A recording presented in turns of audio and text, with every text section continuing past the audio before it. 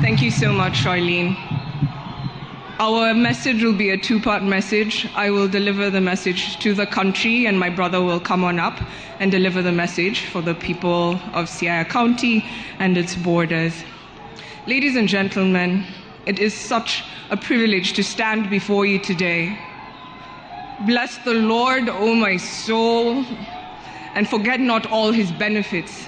Ladies and gentlemen, God is good.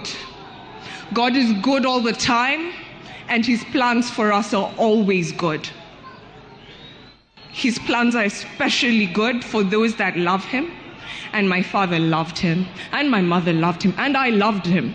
So even though I cannot make sense of the events that happened this week, I give God praise. And his praise will not leave my lips because he is good. He has seen beyond today. He has seen beyond the next 100 years. And he saw that this was good. So I give thanks. So let us not entirely lose ourselves in the morning. Let us celebrate a life well lived together. Bless the Lord with me. I want to talk about one thing. And one thing only. I had many, but I'll focus on one thing, his pursuit of excellence. I posted about my father for the first time ever. Immediately, Joel confirmed that he was actually dead.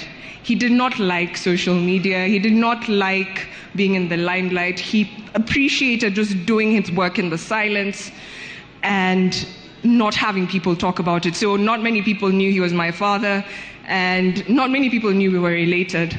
But I was deeply, deeply, deeply inspired by his work. I'll pause for a second as our brothers take their respects. Thank you, friends.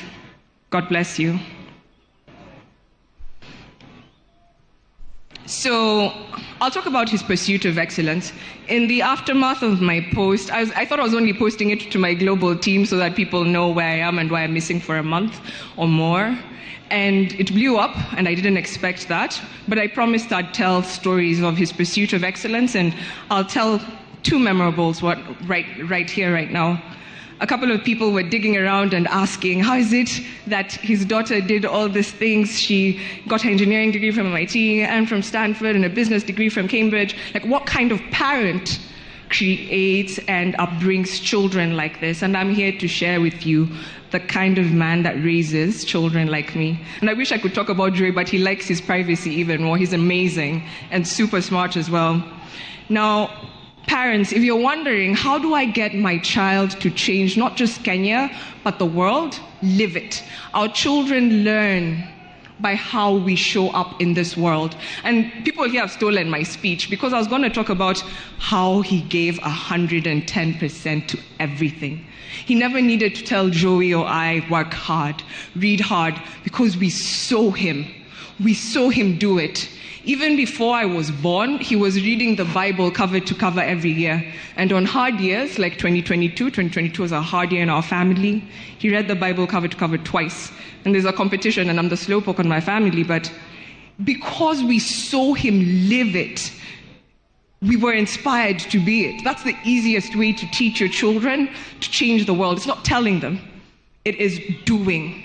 And because he never used to talk about his reading of the Bible, he actually just used to show it. Now, when we talk about his work and his pursuit of excellence, he worked as if he was working for God. He had an audience of one. Anything he was doing, he was working for God and God alone. And we saw it.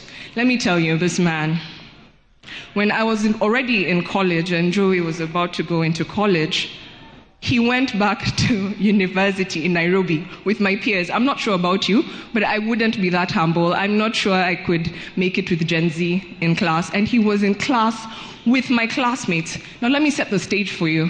He's in the parallel program. He's based in Laikipia Air Base. He's commuting between Nanyuki and Nairobi for classes, for exams. And those of you who've been to University of Nairobi know it's not an easy path.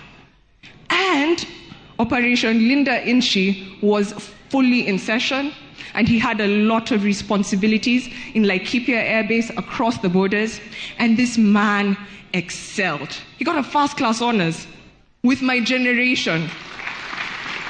He was in class with my peers. how could I not but be this? I'll tell you another short story. In 2005, he was posted to France. My father does not speak French, or he did not at that point. He had 6 months to learn a new language from scratch because failure was never an option in his mind. Do you know the man learned French? And he had to pass to a certain level for them to accept him. It was Napoleon Bonaparte School, the best military school in France. The man did not know French, but he didn't tell his bosses, I can't do it. He jumped right into it, full energy, and he learned French. Now let me give you a complication. During this period, he swallowed a fish bone. It got lodged in his intestines, and he was hospitalized for close to 2 months. He was my size. When I got out of third form and I went to see him in Armed Forces Memorial, he was my size and I was broken. And here he was, sneaking out of Forces Memorial with my mom to go to Alliance Francaise to take his French exams so that he doesn't disappoint the government of Kenya, even as a junior officer. He made it. He passed that level that was needed. He did his postgraduate diploma, and he made excellent leaders and friends from around the world, which is why he's getting so many messages. He met a lot of them in that school, and they were reaching out to us, and they've been so supportive. Actually, before I forget, Kenya Defense Forces, you all have been my family since my birth, and I'm so grateful for the love, support, care you've shown for me, Joey, Mom, and the rest of the family in this period. I'm so grateful. My heart is filled with so much thanks for you. Public servants, distinguished guests, you all have been so caring. We so appreciate you. So, if you leave with only one thing from what I have said today, please pursue excellence. Pursue excellence and work as if no one else is watching you but God, because then your reward is in heaven. Hakuhitaji cheo kuongoza. He didn't need the title to lead. That's why he rejuvenated Military Christian Fellowship with Mheshimiwa Jeff King'ang'i over there. That's why he found himself leading Habitat for Humanity Kenya, even when there's not. He was always giving his good ideas. He had so many ideas for the country. That's why he was busy planting millions of trees with the forces under his fierce influence. He's planted so many trees for Kenyans. He had such a big heart for this nation. In closing, I'll tell you of his love for Kenya and his loves that you haven't heard of before. He had a big love for his family. He took me to school. Every day he was in the country for all of my elementary school. He loved his family. Fathers, show up for your family because your presence makes a difference. Even now at my big age, he would still show up for me at the airport. He would show up and take me shopping. He would show up and go bowling with my son and my brother. He would show up and just be very present and loving. He would tell Mom, his wife of 40 years, I love you and I'm so grateful that I get to come home to you after this hard day. You make it bearable.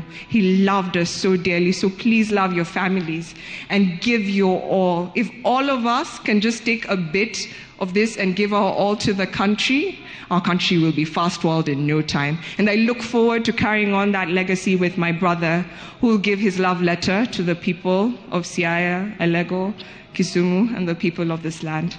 Joey, please come up. Thank you all.